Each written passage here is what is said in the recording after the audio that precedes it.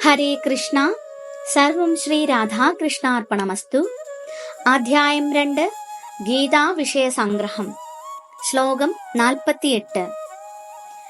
യോഗസ്ഥാ കുരു കർമാണി സംഗം ത്യക്ത്വാ ധനഞ്ജയ സിദ്ധ്യൈ സിദ്ധ്യോ സമോ ഭൂത്വാ സമത്വം യോഗ ഉച്യതേ. വിവർത്തനം.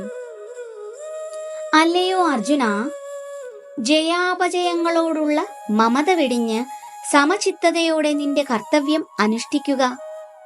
ഈ സമചിത്തതയെയാണ് യോഗമെന്ന് പറയുന്നത്. ഭാവാർത്ഥം: യോഗസ്ഥനായി പ്രവർത്തിക്കണമെന്ന് കൃഷ്ണൻ അർജുനനോട് പറയുന്നു. എന്താണ് ഈ യോഗം? സദാ അസ്വസ്ഥങ്ങളായിരിക്കുന്ന ഇന്ദ്രിയങ്ങളെ നിയന്ത്രിക്കുക വഴി മനസ്സിനെ പരമോന്നതനിൽ ഏകാഗ്രീകരിക്കലാണ് യോഗം. ആരാണ് പരമോന്നതൻ? പരമോന്നതൻ ഭഗവാനാണ്. അവിടുന്ന് തന്നെ അർജുനനോട് പൊരുതാൻ ആജ്ഞാപിക്കെ യുദ്ധത്തിന്റെ അനന്തരഫലങ്ങളെപ്പറ്റി ആകുലപ്പെടാൻ എന്തുണ്ട്?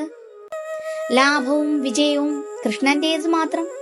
ഭഗവതാജ്ഞാനുസൃതമായി പ്രവർത്തിക്കുകയെ അർജുനൻ ചെയ്യേണ്ടതുള്ളൂ. കൃഷ്ണന്റെ നിർദ്ദേശങ്ങൾ അനുസരിക്കുക എന്നതാണ് യഥാർത്ഥ യോഗം. കൃഷ്ണാവബോധമെന്ന് പറയപ്പെടുന്ന പ്രക്രിയയിൽ പരിശീലിക്കുന്നതും ഇതേ യോഗം തന്നെ. കൃഷ്ണാവബോധം കൊണ്ട് മാത്രമേ ഒരാൾക്ക് അതീശത്വ ഭാവത്തിൽ നിന്ന് മുക്തനാകാൻ കഴിയൂ. ഒന്നുകിൽ കൃഷ്ണന്റെ സേവകനാവുക, അല്ലെങ്കിൽ കൃഷ്ണഭക്തന്മാരുടെ സേവകനാവുക. അതാണ് കൃഷ്ണാവബോധത്തോടെ സ്വധർമ്മം നിറവേറ്റാനും യോഗയുക്തനായി പ്രവർത്തിക്കാനുമുള്ള ഒരേ ഒരു വഴി. അർജുനൻ ക്ഷത്രിയനാണ്. ആ നിലയിൽ വർണ്ണാശ്രമധർമ്മ വ്യവസ്ഥയിൽ അദ്ദേഹത്തിന് പങ്കെടുക്കേണ്ടതുണ്ട്. വർണ്ണാശ്രമധർമ്മത്തിന്റെ മുഖ്യ ലക്ഷ്യം വിഷ്ണുവിനെ സംതൃപ്തനാക്കുകയാണെന്ന് വിഷ്ണു പുരാണം ഊന്നിപ്പറയുന്നു.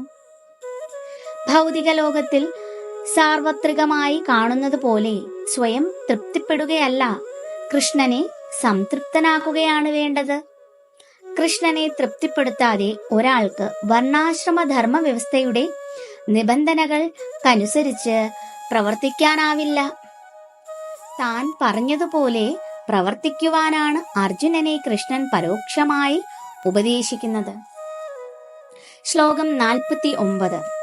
ദൂരേണ ഹെവരം കർമ്മ ബുദ്ധിയോഗാ ധനഞ്ജയ ബുദ്ധൗ ശരണമന്വിശ്ച കൃപണാ ഫലഹേതവഃ. വിവർത്തനം. അല്ലയോ ധനഞ്ജയ, ജുഗുപ്സാവഹമായ കർമ്മങ്ങളെല്ലാം ഭക്തിയുത സേവനത്താൽ അകറ്റി നിർത്തുക. ആ ബോധത്തോടെ ഭഗവാനെ ശരണം പ്രാപിക്കുക. കർമ്മഫലങ്ങൾ അനുഭവിക്കാൻ ആഗ്രഹിക്കുന്നവർ കൃപണരാണ്. ഭാവാർത്ഥം: തന്റെ മൂലസ്വരൂപം ഭഗവാന്റെ നിത്യദാസ്യമാണെന്ന് മനസ്സിലാക്കിയവർ കൃഷ്ണാവബോധത്തോടെയുള്ള കർമ്മത്തിൽ മാത്രം ഏർപ്പെടുന്നു. മുമ്പ് പറഞ്ഞതുപോലെ അതീന്ദ്രിയവും ഭക്തിപൂർണവുമായ ഭഗവത് സേവനമാണ് ബുദ്ധിയോഗം. അങ്ങനെയുള്ള ഭക്തിയുത സേവനമാണ് ജീവാത്മാക്കളുടെ ശരിയായ പ്രവർത്തന പഥം. അധികം ഭൗതിക ബന്ധങ്ങളിൽ കുടുങ്ങുവാൻ വേണ്ടി മാത്രം സ്വകർമ്മങ്ങളുടെ ഫലം പിശുക്കന്മാർ മാത്രമേ ആഗ്രഹിക്കുകയുള്ളൂ.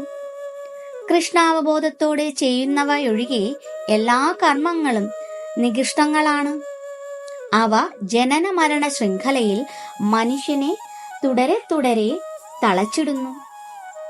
അതുകൊണ്ട് കർമ്മത്തിന് ഹേതുഭൂതനാകാൻ ആരും ആഗ്രഹിച്ചുകൂടാ.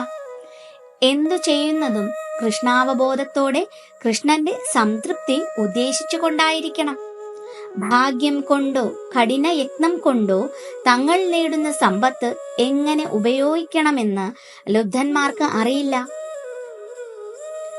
കൃഷ്ണാവബോധപൂർവകമായ പ്രവർത്തനത്തിനു വേണ്ടി സർവശക്തികളും ഉപയോഗിക്കുന്നവർക്ക് ജീവിത വിജയം തീർച്ചയായും കൈവരും.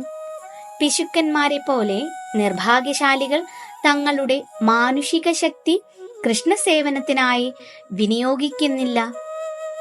ഹരേ കൃഷ്ണ. സർവം ശ്രീ രാധാകൃഷ്ണാർപ്പണമസ്തു.